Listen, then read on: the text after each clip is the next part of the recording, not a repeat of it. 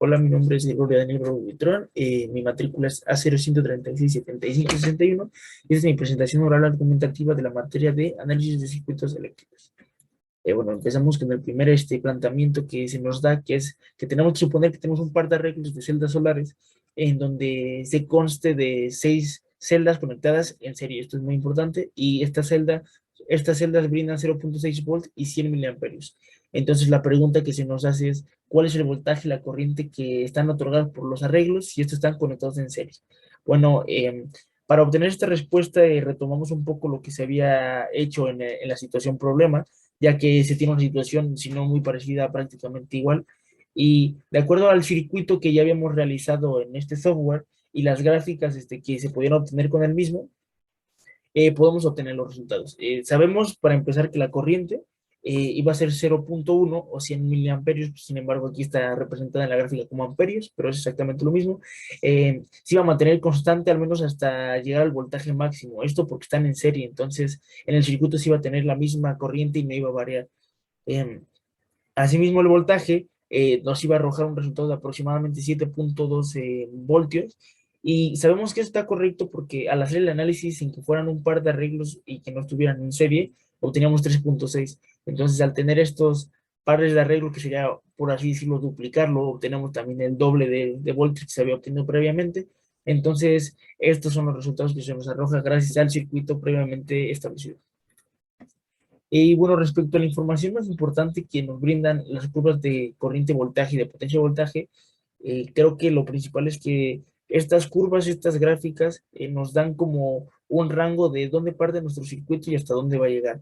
Entonces nos parametrizan, por decirlo de alguna manera, los valores a los que podemos llegar, y tenemos que resaltar obviamente el valor de la potencia máxima, ¿no? Que es un valor que, de no ser por estas curvas, sería un poco más complicado de conseguir. Sin embargo, con estas simplemente es analizar una gráfica y ver cuál es ese punto máximo que se tiene de la potencia, y con esto podemos obtenerlo. Entonces creo que, aparte de la parametrización, esta potencia máxima es el valor más importante. Bueno, continuando con la situación problema, se nos pregunta cómo simulamos arreglos, pero cuando están afectados por sombra. Sabemos que, por ejemplo, cuando el sol da una superficie y a lo mejor esa superficie está con sombra, no va a ser la misma energía, debido a que pues no es lo mismo, la sombra tapa esta energía que proviene del sol. Entonces en nuestro panel íbamos a recibir menos energía, y para simularlo en nuestro circuito en el software, lo que hicimos fue considerar un 70% de la energía original, que eran 1000 watts sobre metro cuadrado. Entonces nos quedaría 700 watts sobre metro cuadrado para más o menos simular este efecto que hace la sombra en la superficie en el mundo real, que es reducir la energía que se recibe del sol. Y por último se nos pide encontrar la resistencia de Thevenin del siguiente circuito, en donde el valor de la resistencia que está en la parte de abajo podría ser cualquiera.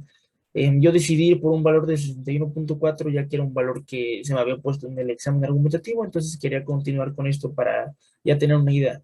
Entonces lo primero que hacemos es eliminar nuestras fuentes independientes de corriente y de tensión, para poder así encontrar esta resistencia equivalente de nuestro sistema.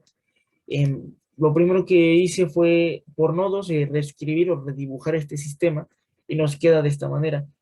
Al hacerlo así, vemos que se ve aislada nuestra resistencia que sugerimos, por lo cual no afectaría el sistema. Entonces nos quedan estas tres resistencias, y lo único que tenemos que hacer es hacer uso de los paralelos.